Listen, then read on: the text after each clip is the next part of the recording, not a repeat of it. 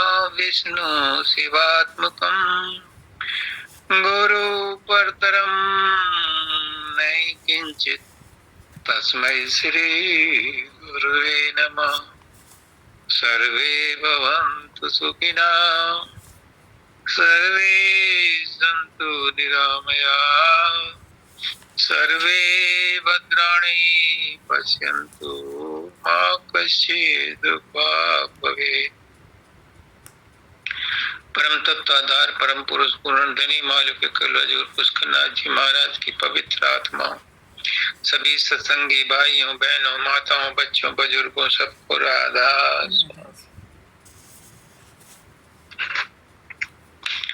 आज सभी ने सत्संग बहुत अच्छे मार्मिक दिए, गूढ़ दिए, व्यवहारिक थे, ज्ञान भरे थे।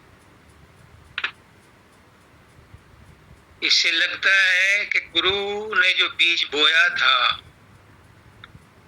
वो अब पौधे बन गए हैं, पेड़ बन गए हैं, उन पे फल फूल आ रहे हैं। माली को खुशी तब होती है कि जिस समय वो देखता है कि उसके लगाए हुए पौधों में फूल फल आ रहे हैं। उसे पता है माली को कि ये फूल फल जो है मालिक के हैं, लेकिन उसे खुशी इस बात की है कि उसकी मेहनत सफल हुई। तो आप लोगों का जो ज्ञान स्तर बढ़ा है, आप लोगों के अंदर जो उन्नति हुई है, जो जागृति हुई है, जो जागरूकता आई है, जो आप परमात्मा की तरफ कदम पे कदम बढ़ा करके चले हैं, तो इसका फायदा आपकी आत्मा को होगा कि आप परमात्मा के नजदीक पहुंच गए, गुरु के नजदीक पहुंच गए। लेकिन गुरु को खुशी इस बात की है कि उसकी मेहनत सफल हुई। फल तो मालिक ही खाएगा, फल तो आप ही खाओगे। बस माली तो इतने से खुश है कि आप सर्व संपन्न हो गए, आपने उस ज्ञान को उजागर कर दिया जिसका के आचार्य वंदिता ने जिक्र किया कि तुम अपने आप को गुम करके गुरु को प्रकट करो, क्योंकि गुरु ने खुद अपने आप को गुम होकर के आपको प्रकट किया, परमात्मा को प्रकट किया, गुरु को प्रकट किया। अब हमारा फर्ज है कि हम गुम हो जाएं और गुरु को प्रकट करें, परमात्मा को प्रकट करें। परमात्मा और गुरु दो नहीं है, शब्द और सूरत दो नहीं है, राधा और स्वामी दो नहीं है, आत्मा और परमात्मा दो नहीं है, एक ही है, लेकिन दो रूपों में प्रस्तुत की गई है ताकि डिफरेंशिएट किया जा सके। और कहते हैं कि वो परमात्मा सबके अंदर है पर मिलता किसी को नहीं, क्योंकि वो गुप्त है। जो उसको प्रकट करना चाहे वो गुरु के बताए तरीके से दही जमाए, उससे बिलोए और मक्खन निकाल ले, लकड़ियों को रगड़े और अग्नि पैदा कर ले। इसी तरह से जो परमात्मा है वो गुप्त है, जो गुरु है वो गुप्त है, लेकिन वही परमात्मा, वही मालिक प्रकट रूप में गुरु का रूप धारण करके आता है, चिताने के लिए, बताने के लिए कि तुम यहाँ के रहने वाले नहीं हो, तुम सतलोक के रहने वाले हो, तुम राधा स्वामी धाम के रहने वाले हो। मैं वहां का रास्ता जानता हूँ, तुम्हें बताऊंगा और साथ ले जाऊंगा, पर तुम मेरे साथ चलने को तैयार हो जाओ। मेरी गड्डी में बैठ जाओ, लेकिन कोई उसके शब्द जहाज में बैठता नहीं। गुरु पहले प्रकट रूप में शिक्षा देता है। मुझे आज समझ में आया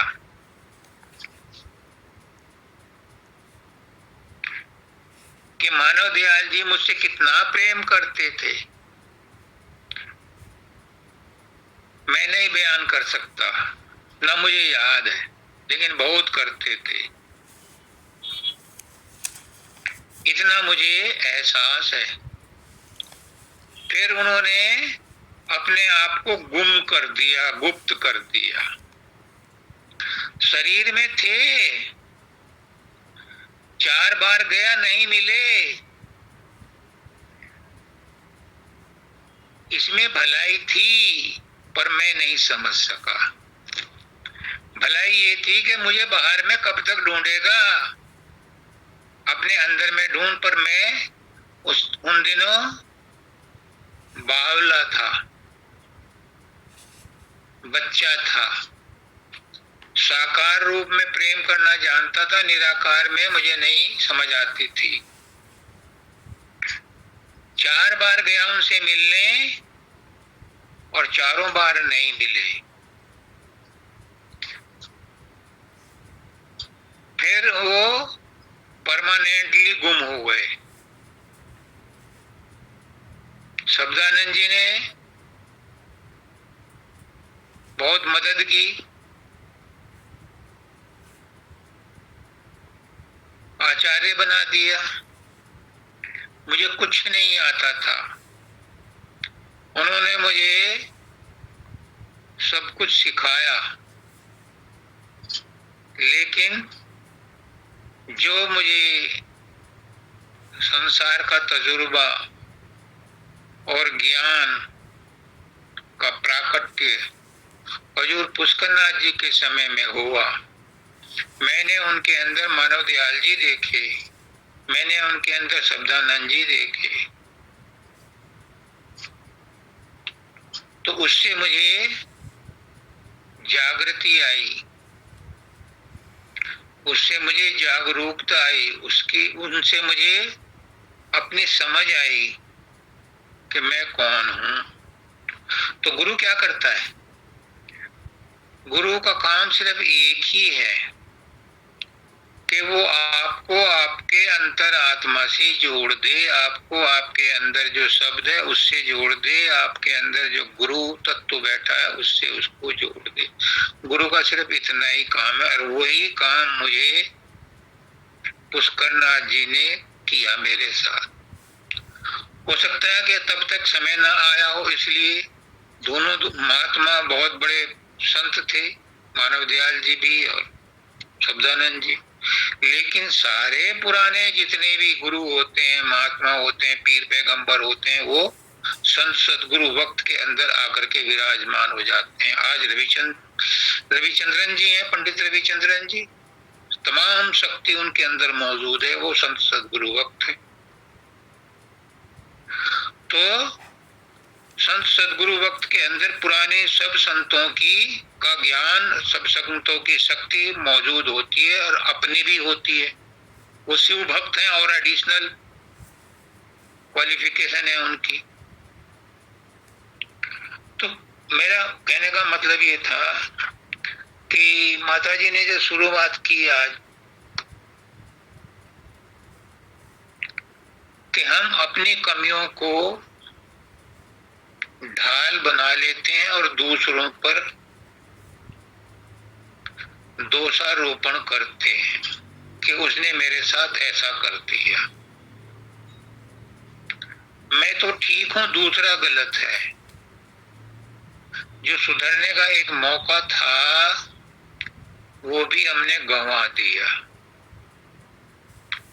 जबकि कबीरदास जी कहते हैं कि बुरा जो देखन मैं चला, बुरा न दिखिया कोई, और जो दिल खोजा अपना, मुझसे बुरा न कोई। सबसे ज्यादा बुराई तो मेरे अंदर है, जो मैं दूसरों की बुराई देखता हूँ। परमात्मा तो किसी को बुरा बनाया ही नहीं। मेरी निगाह में अगर कोई दूसरा बुरा है, तो वो कमी मेरे अंदर है, दूसरे के अंदर नहीं है। लेकिन ये दृष्टिकोण एकदम नहीं बदलता, समय लगता है।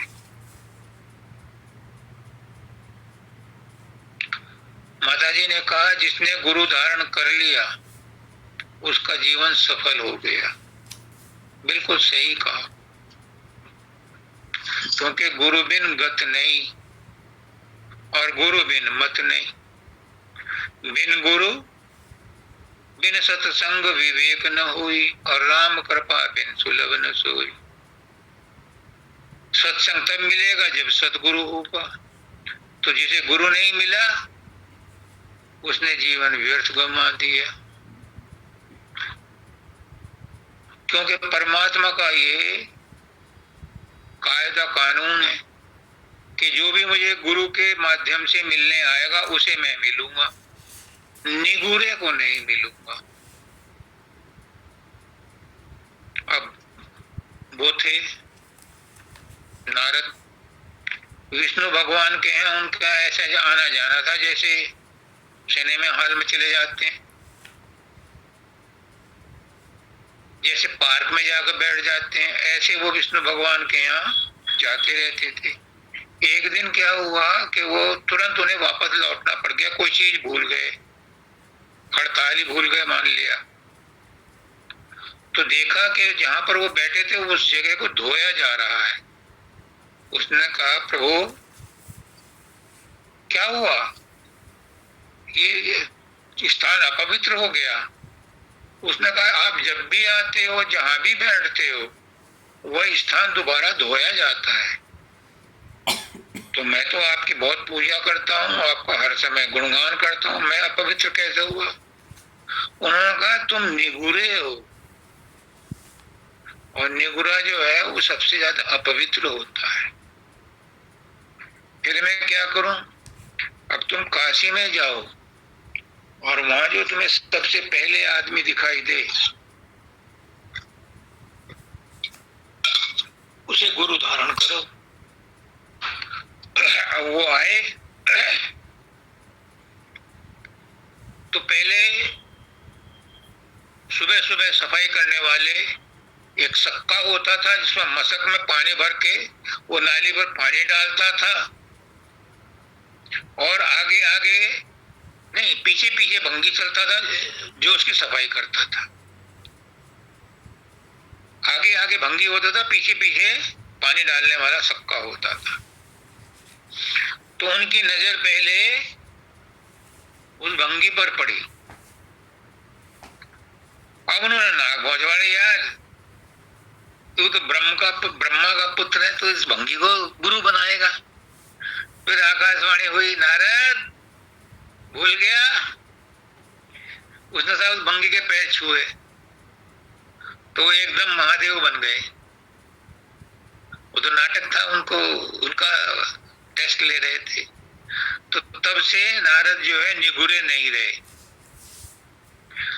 वो विष्णु भगवान की तो पूजा करते हैं लेकिन गुरुओं के गुरु महादेव को अपना गुरु मानते हैं।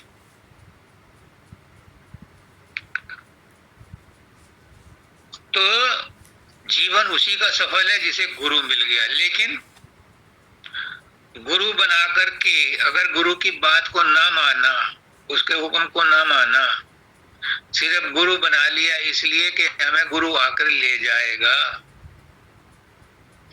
भूल जाओ। गुरु कोई ऑर्नामेंट नहीं है, कानों में पहनने का ऑर्नामेंट नहीं है, गले में बांधने का ऑर्नामेंट नहीं है, हाथों में पहनने के लिए ऑर्नामेंट नहीं है। गुरु सिर पर धारण करने का भी ऑर्नामेंट नहीं है। गुरु बहुत बड़ी चीज है, गुरु नाम है ज्ञान का। गुरु परमात्मा ही है। गुरु की बात ना मानी तो गुरु का तो कुछ नहीं बिगड़ेगा, पर तुम्हारा जन्म अकारथ गया। गुरु गुरु करते रहते हैं, गुरु की बात को नहीं मानते, तो उन्हें गुरु से कुछ नहीं मिलता। जो गुरु की बात को मानता है, गुरु की बात पर अपनी जान अड़ा देता है, गुरु के हुक्म को बजा लाता है, उसे गुरु सब कुछ दे देता है।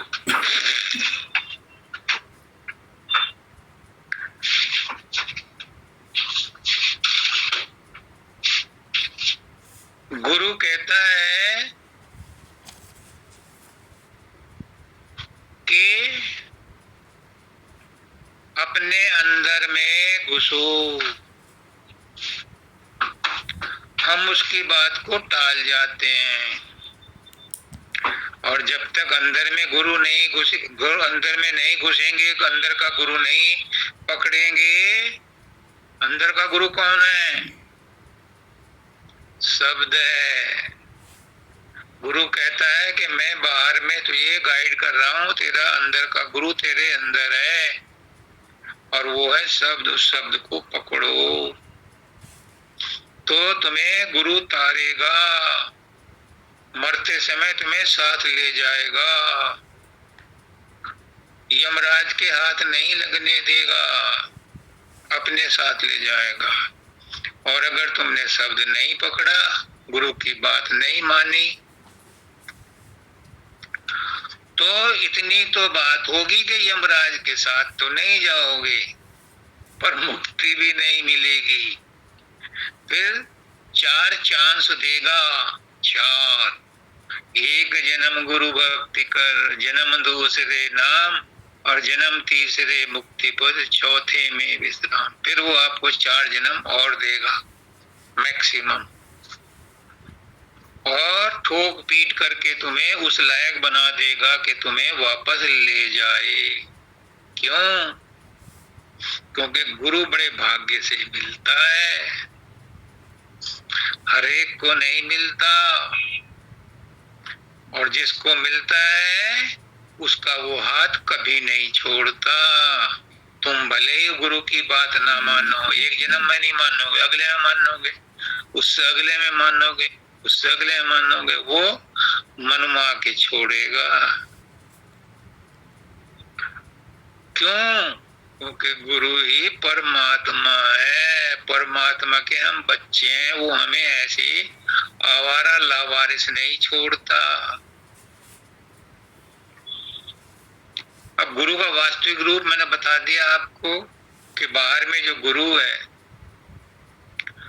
वो प्रकट रूप है, लेकिन गुरु का गुप्त रूप सबके अंदर बैठा है शब्द के रूप में। गुरु यही शिक्षा देता है कि अपने अंदर में उस शब्द को पकड़ो, और शब्द सबके अंदर मौजूद है, कहीं ढूंढने नहीं जाना। एक मजे की बात, बहुत अचरज की बात, बहुत आश्चर्य की बात, सब बात नोट कर लो। जब सत्संग में आया करो तो खाली होकर के आया करो, कोरा कागज होकर के आया करो, और कोरा कागज लेके बैठा करो। अगर कोई ऐसी बात कानों में पड़ जाए तो उसे लिख लिया करो। जब गुरु सुमरन ध्यान को कहता है और तुम सुमरन ध्यान करते हो, सुमरन ये समझ के करो कि गुरु को याद कर रहे हैं। गुरु ने जो नाम दिया है वो गुरु का ही नाम है, हम उसी को याद कर रहे हैं। राधा स्वामी नाम गुरु का अपना नाम है। जब तुम उसको गुरु का नाम समझ के याद करोगे तो जिसने नाम दिया है उसका रूप भी आ जाएगा, और नहीं आएगा कई कारण नहीं आता, बाद में आएगा, कहीं नहीं जाएगा। प्रकाश भी वही है, शब्द भी वही है, अंदर ही है। हमारे मन की स्थिरता में कमी है, इसीलिए वो प्रकट नहीं होता। तो क्या कहते हैं गुरु के तीसरे तिल पर ध्यान केंद्रित करो सुमरन करते करते। पहले सांसों से करो, पहले अजपा, पहले वर्णात्मक नाम जपो, फिर अजपा जाप करो, फिर सांसों से करो, फिर वहां पर जब जैसे एकाग्रता पैदा होगी, कुछ झंझनाहट होंगी, झिंगुर की आवाज आएंगी, कुछ थोड़ा बहुत प्रकाश भी नजर आएगा, तो समझ लो गाड़ी स्टार्ट हो गई। अब क्लच दबा करके गियर बदलना है। और वो गियर क्या बदलना है? फर्स्ट गियर में डालो गाड़ी पहले, यानी सहस्त्रदल कमल में पहुंचो।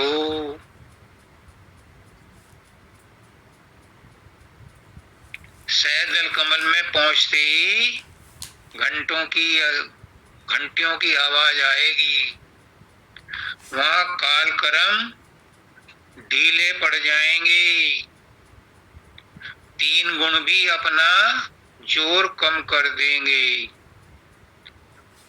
जब और एकाग्रता आएगी तो तुम्हें आगे मजबूर करेंगे एक सुरंग में घुसने के लिए।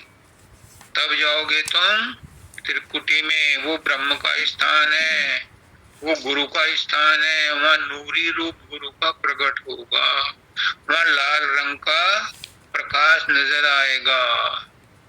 वहाँ विष्णु, ब्रह्मा विष्णु महेश का स्थान माना जाता है, वहाँ ओम का स्थान माना जाता है, वहाँ ब्रह्म का स्थान है।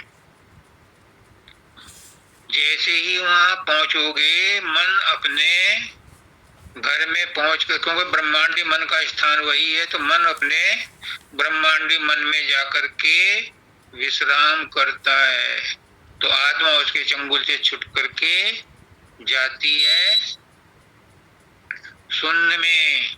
शून्य में आत्म पद है, और वहां से 10वीं गली में खिसक जाती है और महाशून्य में आती है।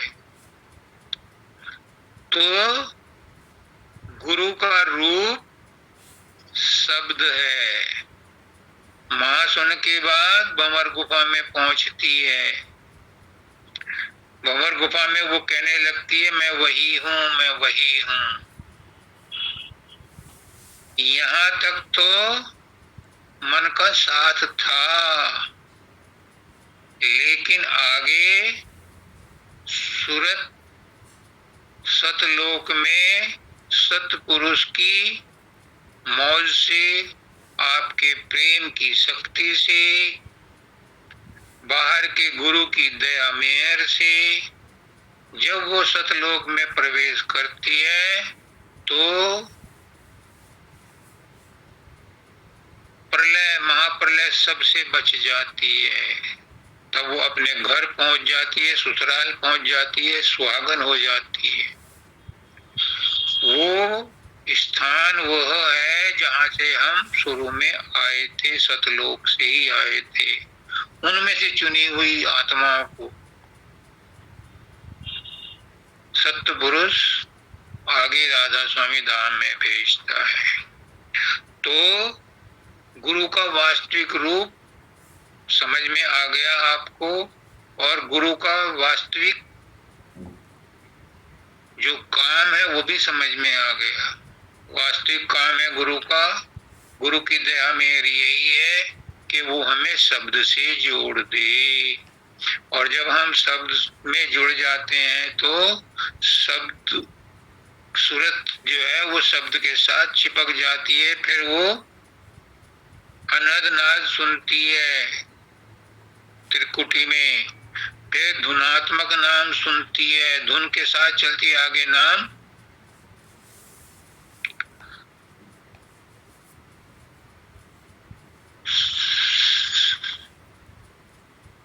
शून्य में रारंकार, महाशून्य में रारंकार, और उसमें है क्या नाम, अमर गुहा में सोमकार, और सत्यलोक में सत्यकार की धुन सुनती है। वहाँ बीन भी उसको कहते हैं, बीन की आवाज परफेक्ट होती है, वो सुनती है। ये सब करने से ताल्लुक रखता है, रहने से ताल्लुक रखता है। ये जमानी जमा खर्च नहीं है। करके देखो, खुद खाओ और जान जाओ। ये जितना सुनोगे, अगर अमल नहीं करोगे, खुद करके नहीं देखोगे, तो सुनने को तो कहने को तो शेख चिल्ली भी बहुत कुछ कहता है। एक योगी था, लखनऊ में बादशाह के दरबार में पहुंचा कि मालिक, मैं आज आपको एक चमत्कार दिखाऊंगा। क्या? कि मुझे बाहर लॉन में गड्ढा खोद के दबवाओ और 3 दिन बाद खोलना। बादशाह ने ऐसा ही किया। 3 दिन बाद जब तो खोला तो वो बिल्कुल स्वस्थ था, यानी उसने समाधि लगा रखी थी। वो बोला, देखो मानव दयाल जी ने कहा कि इतना सिद्ध पुरुष होने के बाद उसने क्या कहा? समाधि। उसने कहा आज तो बड़ा इनाम लूंगा, यानी वो समाधि उसने स्वार्थ के लिए लगाई थी। अगर परमात्मा की प्राप्ति के लिए लगाता तो ऐसे कितने बादशाह को ठोकर मार देता है आत्मज्ञानी। उसे सतलोक का राजा भी नहीं बनना, इंद्र भी उसके सामने कुछ नहीं है। वो तो मुक्ति भी नहीं चाहता, मुक्ति भी उसके पीछे पीछे फिरती है आत्मज्ञानी के, जिसको आत्मज्ञान हो जाता है। उसे कुछ परवाह नहीं है, मालिक ही उसके पीछे पीछे फिरता है कि कुछ तो ले ले, कुछ तो ले ले, मुझे कुछ नहीं चाहिए। एक भक्त था, उसने बड़ी तपस्या की, भगवान प्रकट हुए, उसने मांगा, मांग ले, क्या मांगता है? मुझे कुछ नहीं चाहिए। पर तूने भक्ति क्यों की थी? अब तुझे रिझाने के लिए। अब तू रीझ गया, अब मेरा गुलाम हो गया, अब मुझसे कह रहा मांग ले, मैं नहीं मांगता। अब कुछ तो मांग ले, मेरी इज्जत रख ले। जब 3-4 बार उसने ऐसा कहा भगवान ने, तो उसने कहा कि अच्छा, ये जितने भी दुखी जीव हैं, इस ग्रुप में जितने भी जीव हैं, सबको तार दे। मैं तो यही कहूंगा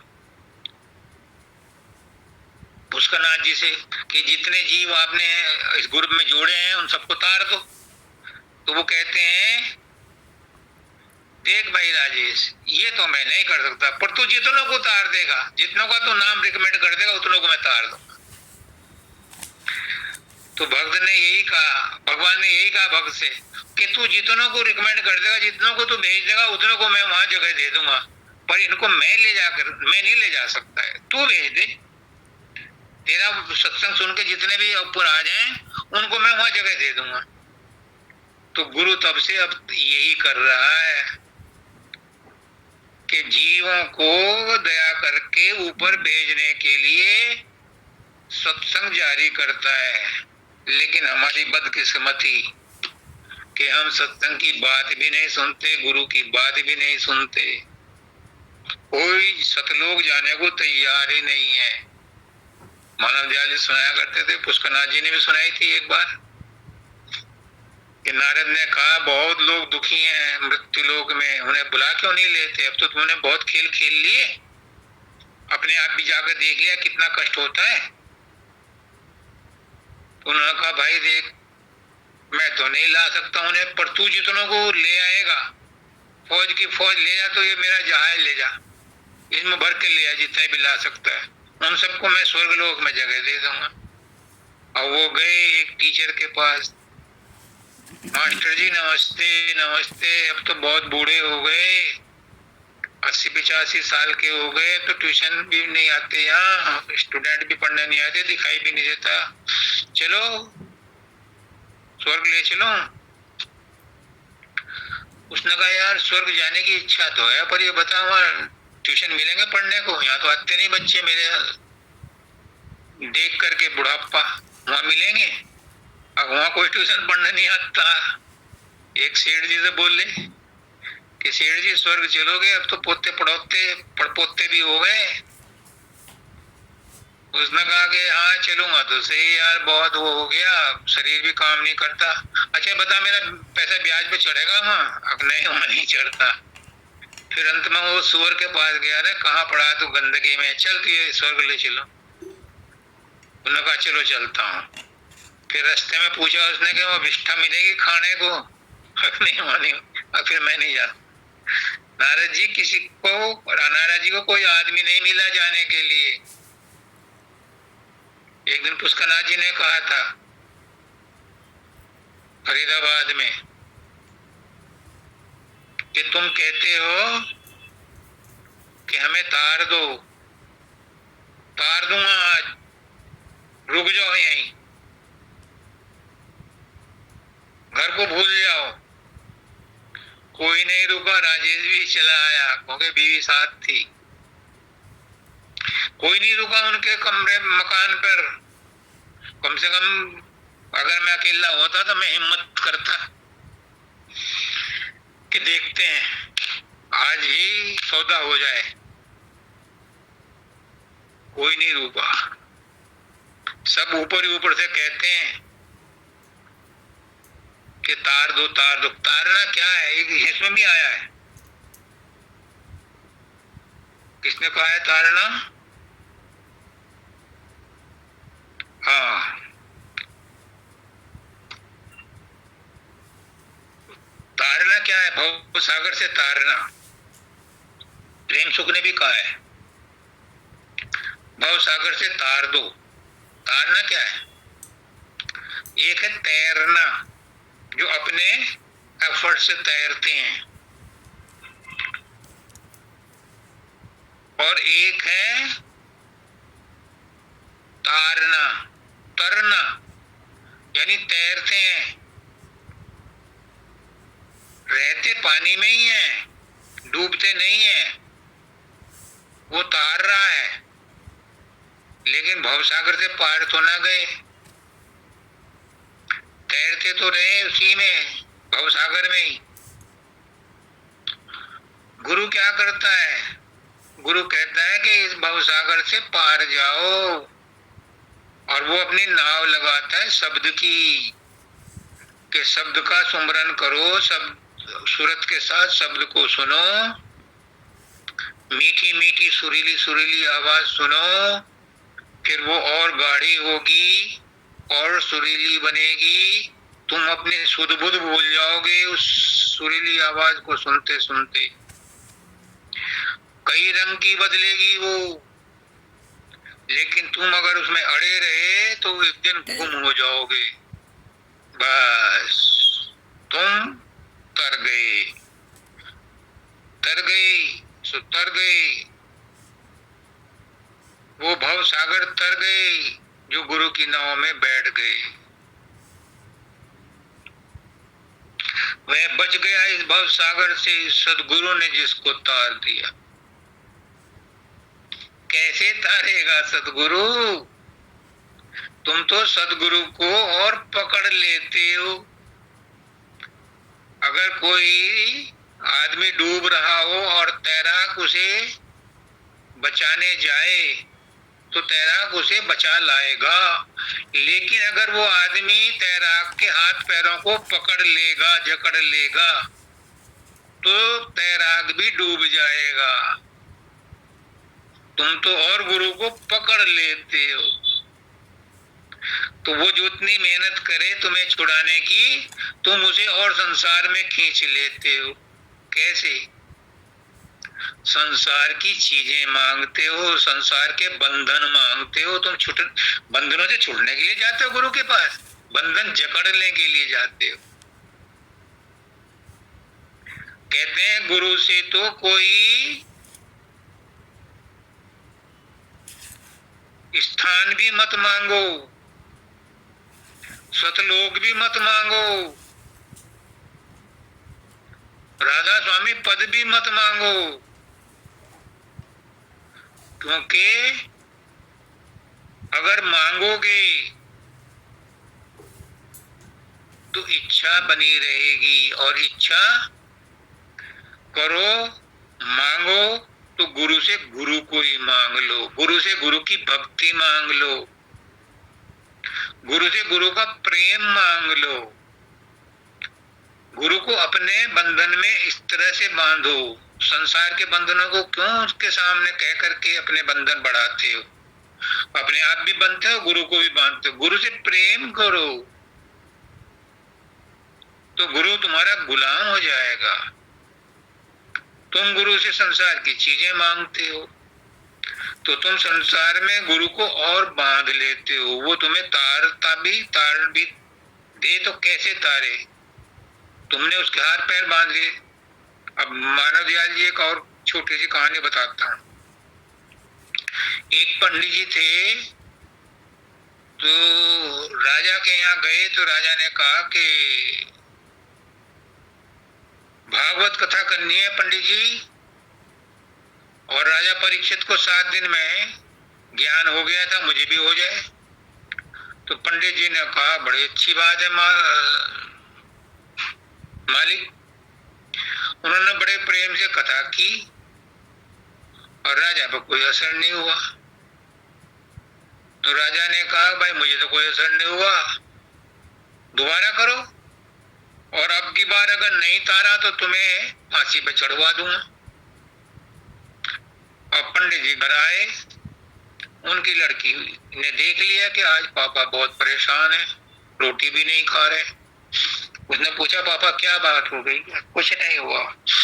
खैर लड़की भी समझदार थी, उनने किसी न किसी बात ने पूछ लिया। तो उसने कहा बस इतनी सी बात है, मैं तार दूंगी राजा को, तुम चिंता ना करो, रोटी खाओ, आराम से सो। अगले दिन गई वो पापा के साथ। तो उसने कहा लड़की ने कि राजन तुम तरना चाहते हो ना, मुक्त होना चाहते हो? हाँ, जैसे परीक्षित मुक्त हुआ था भागवत सुनकर के, मैं ऐसी होना चाहता हूं। उसने कहा कि 3 घोड़े मंगाओ और चलो जंगल में। वो तीनों जंगल में गए। लड़की के पास 2 रस्सियां थी, एक से अपने पापा को बांध दिया पेड़ से, एक से राजा को बांध दिया पेड़ से। फिर उसने जो है राजा के 2 हंटर मारे, मुक्त हो जा। न कहा मैं कैसे मुक्त हो जाऊं, मैं तो बंधन में हूं। अब तो तू राजा परीक्षित नहीं है, जो परीक्षा में पास हुआ हो वो परीक्षित होता है। जिसे बंधन की, जिसे छूटने की इतनी चाह हो, राजा परीक्षित को इतनी चाह थी कि 7 दिन तक एक आसन पर बैठा तो टट्टी पेशाब को भी नहीं उठा, क्योंकि उसके अंदर कुरेद थी, मुझे मुक्त होना है। फिर उसने अपने पापा को 2 हंटर मारे, मुक्त कर दो।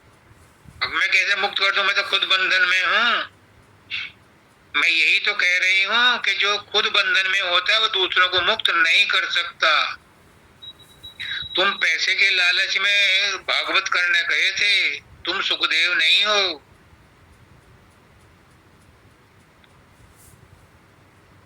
मैं मुक्त हूं, मैं तुम्हें मुक्त करती हूं, दोनों को ज्ञान हो गया। कहने का मतलब है कि कौन तुम में से मुक्त होना चाहता है?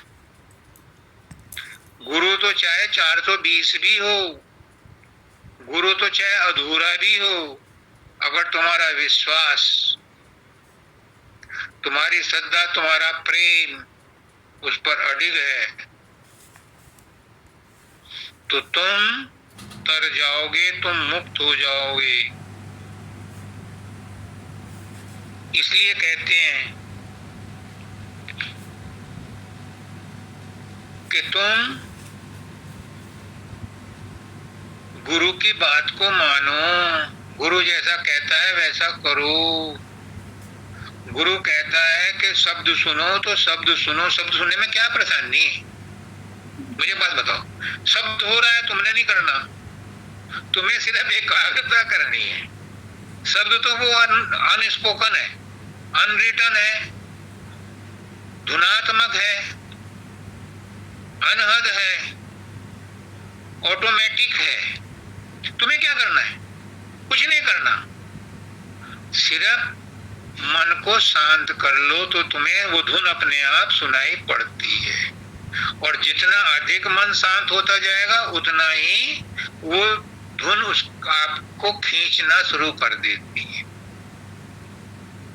जब भी मैं कोशिश करता हूं कि उसे पकड़ूं, मेरे बस की नहीं है, मैं साफ साफ कह रहा हूं बड़ी ईमानदारी से। और जब मैं हाथ छोड़ करके बैठ जाता हूं कि तू जान, तेरा काम जाने, तो वो पता नहीं कहां से अपने आप इतनी गहरी हो जाती है, इतनी गाढ़ी हो जाती है, इतना उसमें लुत्फ आता है, इतना मजा आता है कि पता ही नहीं चलता। एक बात नोट कर लो, और वंदिता ने कहा, आचार्य वंदिता ने, तू अविनाशी अजर अमर है, तू सबका आधारा है, सब रहते हैं तेरे सहारे, तू ही सबका सहारा है। किसको कहा तुमने? तू किसको कहा? गुरु को, परमात्मा को, मालिक को कहा। अब मेरी उलटबांसी सुनो, मैं पागल हूं, बावला हूं। वही अविनाशी नहीं है, वही अजर नहीं है, वही अमर नहीं है, वही सबका सहारा नहीं है। तुम भी वही हो, तुम भी अविनाशी हो, तुम भी अजर हो, तुम भी अमर हो, तुम ही सबका आधारा हो। श्री कृष्ण भगवान ही सुदर्शन चक्रधारी नहीं थे, तुम सब सुदर्शन चक्रधारी हो। सुदर्शन, अच्छा दर्शन करो, अच्छा दर्शन बन जाओ सुदर्शन। कौन रोकता है? क्यों? क्योंकि परमात्मा ही ने कहा था मैं एक से अनेक हो जाऊं। तो हम सब रूपों में कौन है जो बोल रहा है? मेरे अंदर कौन बोल रहा है? वो परमात्मा ही बोल रहा है, जिसने कहा मैं एक से अनेक हो जाऊं। अनेक रूपों में कौन है? वो वही है। तो उसी को क्यों कहा है अविनाशी? तुम भी अविनाशी हो, तुम भी अजर हो, तुम भी सबके आधार हो। और गुरु यही कहने आता है, तत्वमसी तू वही है, जो गुण उसमें है वही तुझ में है। परमात्मा ने मनुष्य को अपने ही रूप में बनाया है, कोई कमी छोड़ी नहीं है, रत्ती भर भी कोई कमी नहीं है। और फिर साक्षी देने के लिए शब्द मिले, अगर शब्द को पकड़ लो। देखो एक नई ताजी बात मिली है। पुष्करनाथ जी क्या कहलवाना चाहते हैं, मानव दयाल जी क्या कहलवाना चाहते हैं, शब्दानंद जी ने कहां से ये आज वाइब्रेशन भेजी है। शब्द मिले, अनुमान मिले, अनुमान के साथ प्रमाण मिले। जो शब्द अंदर में हो रहा है वो परमात्मा स्वयं आकर के बैठा हुआ है, और इससे ज्यादा क्या प्रमाण चाहिए? पकड़ो उसे, शब्द को। अनुमान भी मिलेगा, प्रमाण भी मिलेगा, शब्द भी मिलेगा। शब्द मिले, अनुमान मिले, अनुमान के साथ प्रमाण। कितनी ऊंची बात कही है दाता दयाल। अरे भाई, शब्द को पकड़ लो, तुम्हें सब कुछ मिलेगा। परमात्मा शब्द के रूप में ही बैठा है, और प्रमाण मिल जाएगा अपने आप। सुनो उसे एकाग्रता से।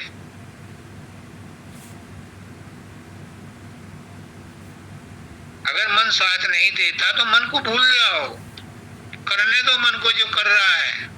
तुम सुमरन लगातार ऐसा करो, ऐसा करो, ऐसा करो कि मजबूर हो जाए मन भी कि यार ये तो कठी आदमी है, सुमरन छोड़ता ही नहीं।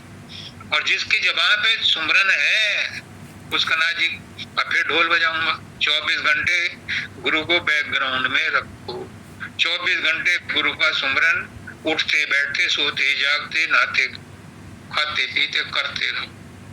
तो क्या असंभव है? उसकी डिक्शनरी में असंभव शब्द है ही नहीं। मन अपने आप बस में आ जाएगा। मन के साथ जिद्दोजहद करने की जरूरत नहीं पड़ेगी। मन को तुम जबरदस्ती अपने बस में कर ही नहीं सकते। कोई कानून ऐसा है ही नहीं, कोई प्रावधान ऐसा है ही नहीं। शब्द सुनकर के मन बस में आता है, ये स्वामी जी महाराज कहते हैं। शब्द सुनकर के मन बस में आता है, जैसे सांप सपेरे की बीन सुनकर के बस में आता है। इसलिए तुम शब्द के साथ जुड़ जाओ तो मन तो अपने आप ही जुड़ेगा। जब तुमने गाय खरीद ली तो बछड़ा तो या बछिया जो भी उसके साथ है वो तो अपने आप आएगी आएगी।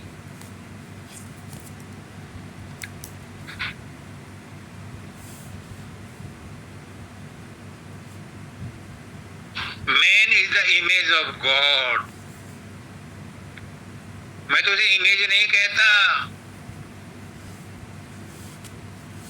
ये तो इंग्लिश वाले बोलते हैं इमेज।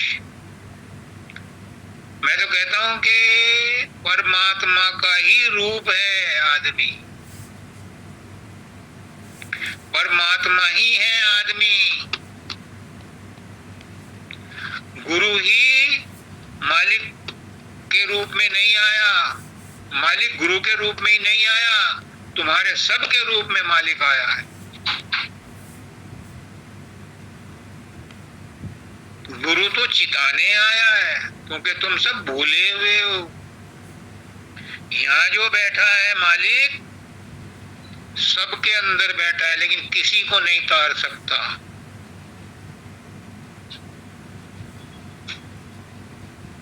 उसी को तारेगा जिसे बाहर का गुरु चिताएगा। वो बाहर का गुरु जब इसे जागृत कर देता है यहाँ वाले को, तो फिर शब्द मिले अनुमान मिले, उसे शब्द भी मिल जाता है, अनुमान भी मिल जाता है, प्रमाण भी मिल जाता है, सब कुछ मिल जाता है, लेकिन चिताता बाहर वाला है। तो बाहर वाले के अंदर परमात्मा है, सदगुरु है, मालिक है, लेकिन तुम्हारे अंदर भी है, तुम भी खाली नहीं हो। बस फर्क कितना है, वो जागृत है, तुम सोए हुए हो।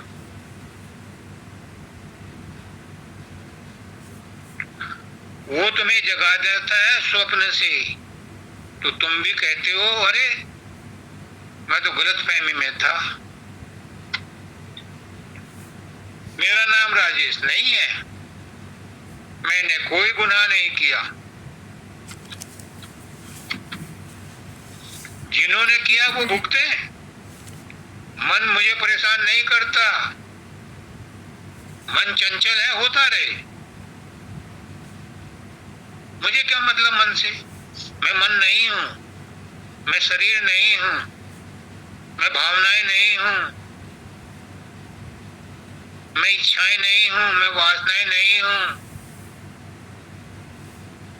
मैं बुद्धि नहीं हूं, मैं चित्त नहीं हूं, मैं अहंकार नहीं हूं, फिर मैं क्या हूं? मैं कुछ नहीं हूं, तू ही है, ये कह रहे ना। तू है कौन, कहां से आया और क्यों आया, क्यों छाया है? सदगुरु को कह रहे हैं कि तू कौन है, मुझे क्यों चिताने आया है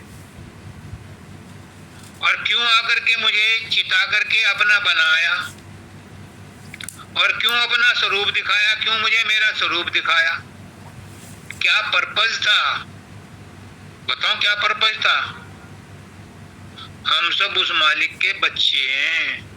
उसे तरस आया कि हम यहाँ अनंत अनंत अनंत अनंत जन्मों से भटक रहे हैं, इसलिए वो लेने के लिए आया हमें कि मेरे बच्चों, तुम बहुत दिन हो गए यहाँ दुखी हो, अब मैं मनुष्य के रूप में आया हूँ तुम्हें चिताने के लिए कि चलो अपने घर वापस।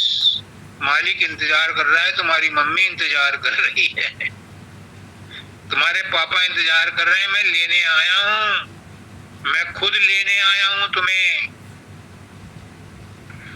तो तू है कौन?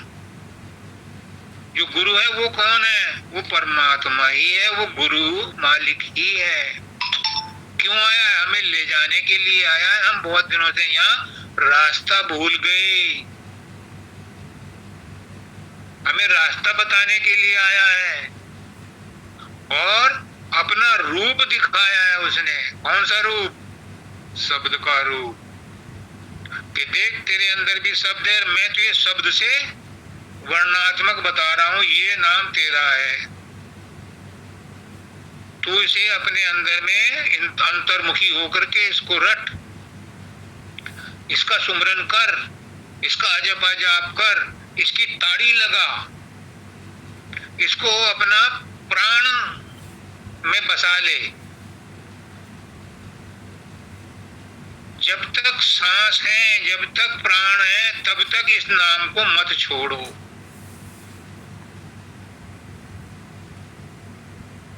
तो मन कहाँ जाएगा? मन भी उसी शब्द में लग जाएगा, और मन शब्द में लग जाएगा तो एकदम त्रिकुटी पहुंचते हो। सहजल कमल भी एकदम झटके में निकल जाता है, बंकनाल भी निकल जाती है, त्रिकुटी एकदम मिल जाती है, और त्रिकुटी से एकदम शून्य आ जाता है, और शून्य से महाशून्य में आ जाते हैं। महाशून्य के बाद फिर शब्द जरूरी है। महाशून्य में शब्द से के बिना आगे नहीं जाया जाता। गुरु फिर जरूरत पड़ती है, वहां भी गुरु अपने शब्द से निकाल करके फिर भंवर गुफा में ले जाते। और जब एक बार सतलोक में पहुंच गए तो फिर विश्राम। तू अनाम है, तू अरूप है, कैसे तेरा गुण गाऊं? क्या जरूरत है गुण गाने की? सुमरन करे जाओ बस, कोई जरूरत नहीं है व्याख्या करने की। मैं बकबक क्यों कर रहा हूं? मेरे नाम गुरुदेव ने ड्यूटी लगा दी है, वरना मैं चुप रहने वालों में हूँ। घर में पूछ लो, इनसे बैठी हैं, कितनी देर बोलता हूँ। शिकायत सबको यही है कि बोलते नहीं। वंदिता आती है तो उसके साथ बोल लेते हो। क्यों? कैसे तेरा गुण गाऊं? गा नहीं सकता, अपने आप में ही सुमरन कब में बिजी रहता हूं।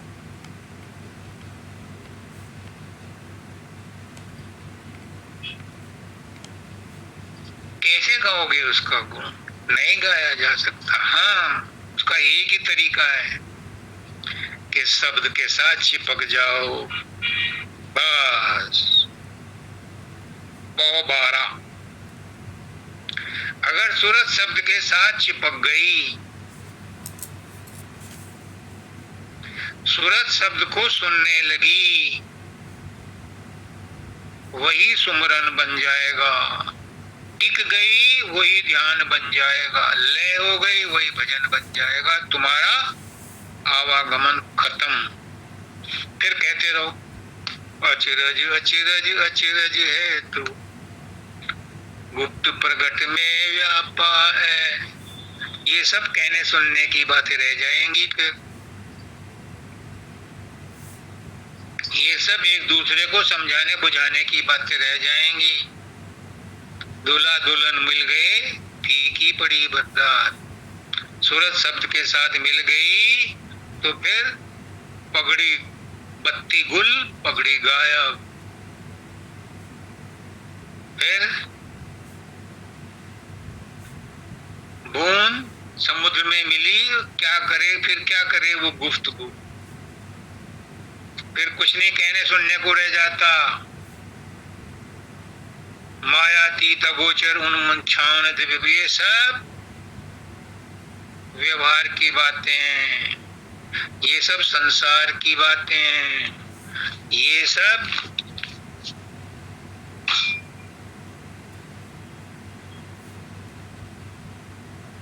वाचक ज्ञान है। असली ज्ञान आत्मा का ज्ञान है। और आत्मा का ज्ञान क्या है कि सूरत का शब्द के साथ जुड़ना, सूरत का शब्द को सुनना, यही हमारा लक्ष्य है। और गुरु इसी काम के लिए मेहनत करता है, पर कितने आदमी उसमें से उसको पकड़ पाते हैं, उसको समझ पाते हैं, उस पर आचरण कर पाते हैं। मुझे ये काम गुरुदेव ने इसलिए दिया कि मेरी कमियां दूर हो जाएं। और मैं सच बता रहा हूँ, आप लोगों का बड़ा आभारी हूँ कि आपको सत्संग देते देते मेरे अंदर अवेयरनेस आ गई। मुझे अपनी कमियां पता चल गई, उनको कमियों को दूर करने का अवसर आप लोगों की बदौलत मिला। तो मेरे लिए तो आप सब सदगुरु हो, मेरे गुरु के गुरु, क्योंकि मेरे गुरु भी आपको गुरु कहते थे। बाबा फकीर भी कहते सत्संगियो तुम मेरे गुरु हो। तो मेरे तो गुरु के गुरु के गुरु के गुरु हो। मैं कैसे तुम्हारा एहसान चुकाऊं? मैं तुम्हारा एहसानमंद हूँ कि आपकी बदौलत मुझे अपनी कमियां दूर करने का अवसर मिलता है ये सत्संग देने के बाद। मैं हर बार ये सोचता हूँ कि जो कहा है उस पर अमल भी किया कि नहीं तो रात को नींद उड़ जाती है कि तूने कह तो दिया और खुद अमल नहीं करता। फिर मुझे अमल करने के लिए मजबूर होना पड़ता है। गुरु मेरी मदद करता है, क्योंकि जिसने मुझसे कहलवा रहा है उसने मेरी मदद करनी है, इसीलिए कहलवा रहा है। तो वो ज्ञान गुरु फिर मुझे अपने अंदर में टिकाने के लिए ऐसी ऐसी युक्तियां बताता है। अब एक बात बंद करता हूँ। आपने सुना बाबा फकीर भी कहते थे, ये भी एक नई बात है, ये ज्ञान भी त्रिकुटी से ही निकलता है। क्या कहते थे कि मैं एक बुलबुला हूं,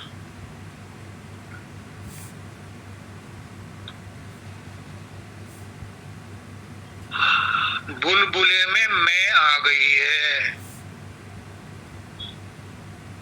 जब मानव दयाल जी ने पूछा, महाराज जी मर्सी हॉस्पिटल में थे, अब आपकी कौन सी अवस्था है? तो उन्होंने कहा कि बुलबुला फट गया है, बस अब मिलने की देर है। जितनी देर में बुलबुला फट करके पानी में मिलता है उतनी देर ही है, यानी वो उस समय मिल चुके थे। कितनी देर में बुलबुला फटता है? पलक झपकने में भी ज्यादा टाइम लगता है, इतनी देर में बुलबुला फट करके पानी में पल जाता है, पता भी नहीं चलता कि कहाँ था वो। इस बात पर एक बात याद आती है, इसी बात की बातों को खींच रहा है। क्या बुलबुला है? क्या बुलबुला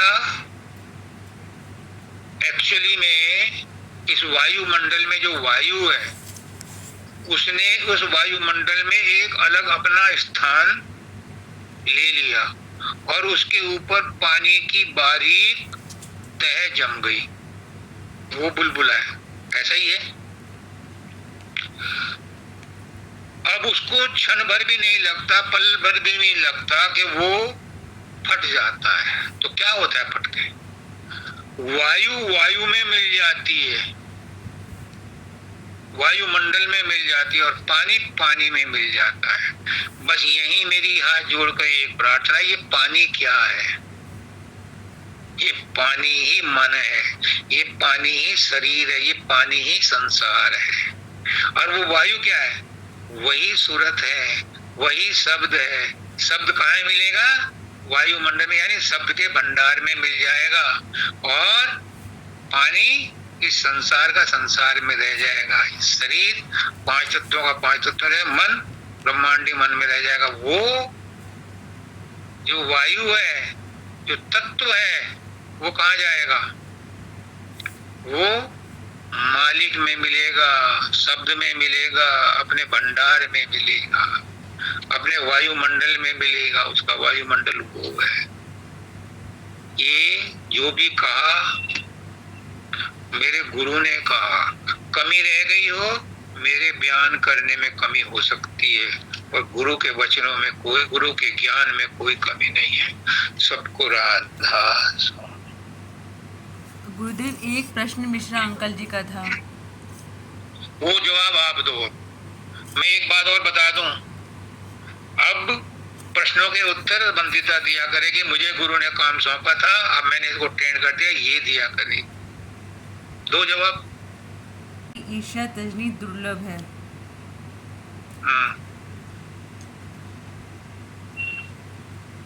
गुरुदेव, मान बढ़ाई ईर्ष्या तो सबसे बड़े रोग हैं, और अगर हम ये सब चीज़ें छोड़ने पे जाएंगे तो नहीं छोड़ पाएंगे। लेकिन अगर हम अपने मन में गुरु के सत्संग को स्थान देंगे, गुरु को स्थान देंगे और अपना ध्यान इस चीज़ से निकालेंगे कि छोड़ना क्या है, सिर्फ गुरु को पढ़ने में ध्यान देंगे तो ये सब चीज़ें अपने आप निकल जाएंगी। अभी हमने संसार को अपना मान रखा है तो हमें ये सब चीज़ें इफेक्ट कर रही हैं। जब हम गुरु को अपना मान लेंगे तो हम इनसे अनअफेक्टेड हो जाएंगे, हमें परवाह नहीं होगी। ये तभी भी रहेंगी लेकिन हमें प्रभावित नहीं करेंगी। करेक्ट। कंचन तजना सहज है और सहज त्रिया का ने, और मान बढ़ाई ईर्षा तजना दुर्लभ है। सब कुछ छोड़ सकता है लेकिन मान बढ़ाई ईर्षा नहीं छोड़ सकता। और जब तक ये नहीं छूटेंगी तब तक